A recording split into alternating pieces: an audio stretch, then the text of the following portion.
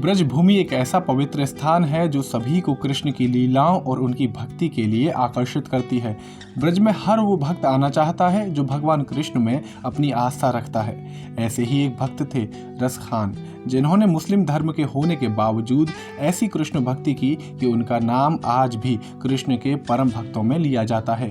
रस खान दिल्ली से कृष्ण भक्ति में लीन होकर अपने मोहन के दरस पाने के लिए ब्रज में चले आए थे और ब्रज में आने के बाद अपनी अंतिम सांस तक कृष्ण भक्ति में कई पद और दोहे लिखे, जिनकी जयंती पर उत्तर प्रदेश ब्रज तीर्थ विकास परिषद द्वारा एक संगीतमय नाटक का मंचन किया गया, जिसका निर्देशन एनएसडी और बीएनयू के पूर्व और गीता शोध संस्थान के नवनियुक्त डायरेक्टर दिनेश खन्ना ने किया।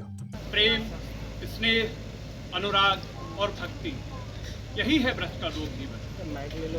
और ये सब देन है परम तत्व श्री कृष्ण और उनकी आराधनीय शक्ति श्री राधा की। श्री राधा रानी जी को बार-बार नमन करके हम रस खान के बोल को आपके सामने प्रस्तुत करने जा रहे हैं। कौन थे ये रस खान और वो ब्रज में कैसे आए और कैसे ब्रज में रम गए?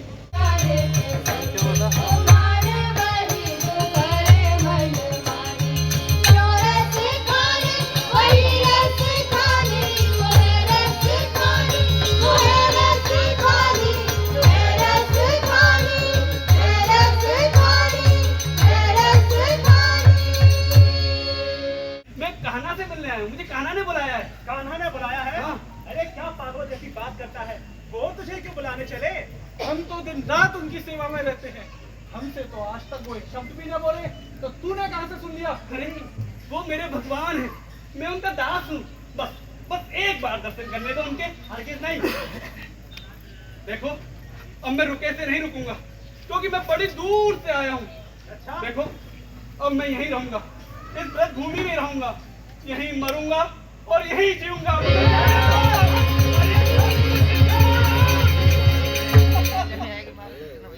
कन्हैया, कृष्ण, देखो ये मुझे रोकते हैं। क्या सीखना है? कविता लिखना, वैसी जैसी वो स्वयं लिखते हैं, रस से भरी, कृष्ण रूप से विभोर, ब्रजभूमि के जनमानस की बात। ऐसा जी? जी, तो छठ से बताइए कहाँ है वो? बता देंगे, पर एक शर्त है। अरे उनकी एक सवैया गा के सुना दो तो बता दे कहाँ मिलेंगे। रस खान की सवैया, हालो सुन लो, हालो सुन लो।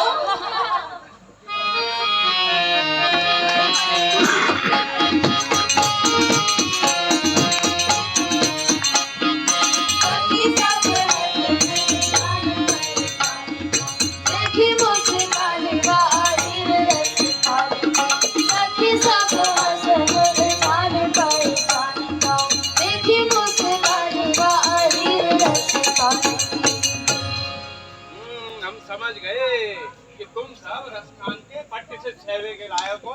सुनो, बिट्टू आओ।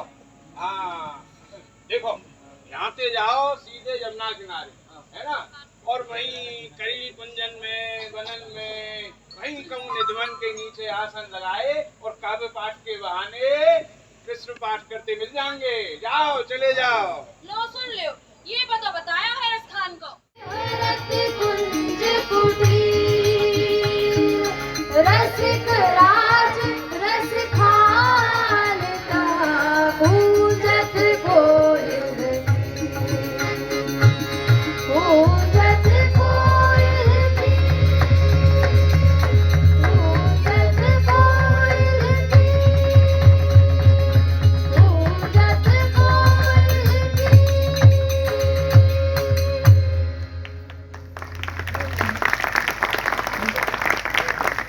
निर्देशक दिनेश खन्ना ने बताया कि ये उनका सौभाग्य है कि उनको रस खान जैसे परम भक्त के जीवन पर रस खान जयंती के मौके पर इस नाटक को प्रस्तुत करने का मौका मिला। उन्होंने बताया कि इस नाटक को सिर्फ 3 दिन की कड़ी मेहनत के बाद तैयार किया गया है। साथ ही इस नाटक में संगीत आकाशवाणी के पूर्व म्यूजिक कंपोजर राजेश कुमार शर्मा और आलेख डॉक्टर उमेश चंद शर्मा का रहा, जिससे इस नाटक में एक अलग ही ऊर्जा आई। रस खान के बोल एक रस खान के जीवन पर बनने वाला एक तरह का एक छोटा सा नाटक है, पर ये छोटा उस तरह से नहीं है, क्योंकि इसमें गीत संगीत है और जो रसखान के छंद हैं और रसखान की जो सवैयाँ हैं इसका इसमें समावेश किया गया है।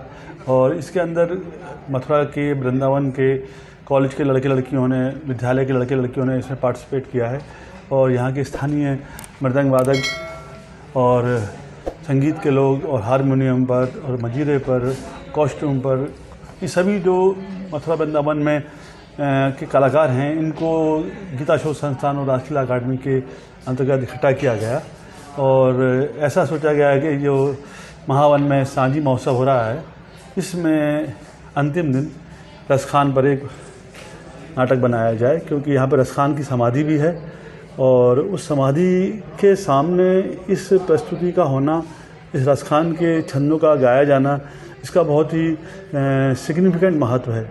ये पता चला है कि ये महावन में एक कार्यक्रम हो रहा है, तो मैंने सोचा कि क्यों नहीं इसमें रसखान पर एक नाटक बना दिया जाए और मुझे संयोग से कुछ अच्छे लड़के और कुछ अच्छी लड़कियां और कुछ म्यूजिशियन मिल गए, तो हम लोगों ने एक आलेख तैयार किया जिसमें रसखान के कवित्व भी हैं, छंद भी हैं और रसखान का जीवन परिचय भी है। ये रसखान जो यहाँ वृंदावन मथुरा के थे भी नहीं, कहीं दूर से आए थे, यूपी से कहीं किसी गांव से आए थे और पीछे कहीं ईरान से उनके वंशज आते हैं, पर उन्होंने कृष्ण को अपनाया, कृष्ण के बहाने वैष्णव धर्म को अपनाया और उसके साथ जुड़ गए। ये जुड़ना जो है ये बहुत बड़ी चीज़ है और इस जुड़ने से उन्होंने जो उनका जो प्रतिभा थी, काव्य की प्रतिभा, उसको इन्होंने इस नाटक में इसके बहाने से अपना प्रेम वाटिका जैसे काव्य संग्रह लिखा।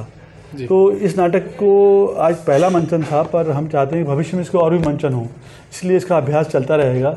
और ये जो गीता शोध संस्थान और राष्ट्रीय अकादमी है, इसका उद्देश्य यही है कि यहाँ ब्रज में, मथुरा में, वृंदावन में और पूरे ब्रज क्षेत्र में जो लोक कलाएँ हैं, लोक नाटक है, लोक संगीत है, नृत्य है, गीत है और साथ में जो त्यौहार हैं और जो ब्रज की रौनक है, ब्रज के तरह तरह के उत्सव हैं, उन सब को सबके सामने लाया जाए, उनको, उनके कलाकारों को एक साथ जोड़ा जाए, ये इसका बहुत बड़ा महत्व है। मुख्य रूप से ये है कि ब्रज के जो लोक कलाकार हैं, ब्रज के जो नवयुवक हैं, उनमें जो कला छिपी हुई है, जो कला की वो, उसको एक आधुनिक मंच देना, उनको ऐसा मंच देना जहाँ पर वो अपने कला को सामने ला सकें, यही इस पूरे कार्यक्रम का उद्देश्य है। राष्ट्रीय अकादमी के अंदर बहुत जल्दी ही रासलीला पर 1 वर्षीय सर्टिफिकेट कोर्स चलाने की योजना है और उसके अंदर पूरे देश भर में जहाँ कृष्ण का जो कलाएँ हैं, कृष्ण पर जो लोक नाटक और लोक शैलियाँ हैं, जैसे आसाम में अंकीय भावना है, मणिपुर में संकीर्तन है और बंगाल में, उड़ीसा में जो कृष्ण पर लेकर के भक्ति मार्ग के अंदर जो रीतियाँ हैं, कल्चर है, उस सबको भी इसमें जोड़ने की कोशिश करेंगे। मयूरभंज का छाऊ का मयूरभंज है, इसको भी लेकर करना चाह रहे हैं। तो कहने का मतलब ये है कि ये एक ऐसा कोर्स होगा जो एक प्रोफेशनल कोर्स है, जिसको सीखने के बाद आपको लोक नाटकों का, लोक संगीत का, लोक अभिनय का और हमारा जो भारत का पारंपरिक लोक नाट्य है, पारंपरिक जो शास्त्रीय रंगमंच है, उसकी एक झलक मिलेगी सीखने को लिए। जी।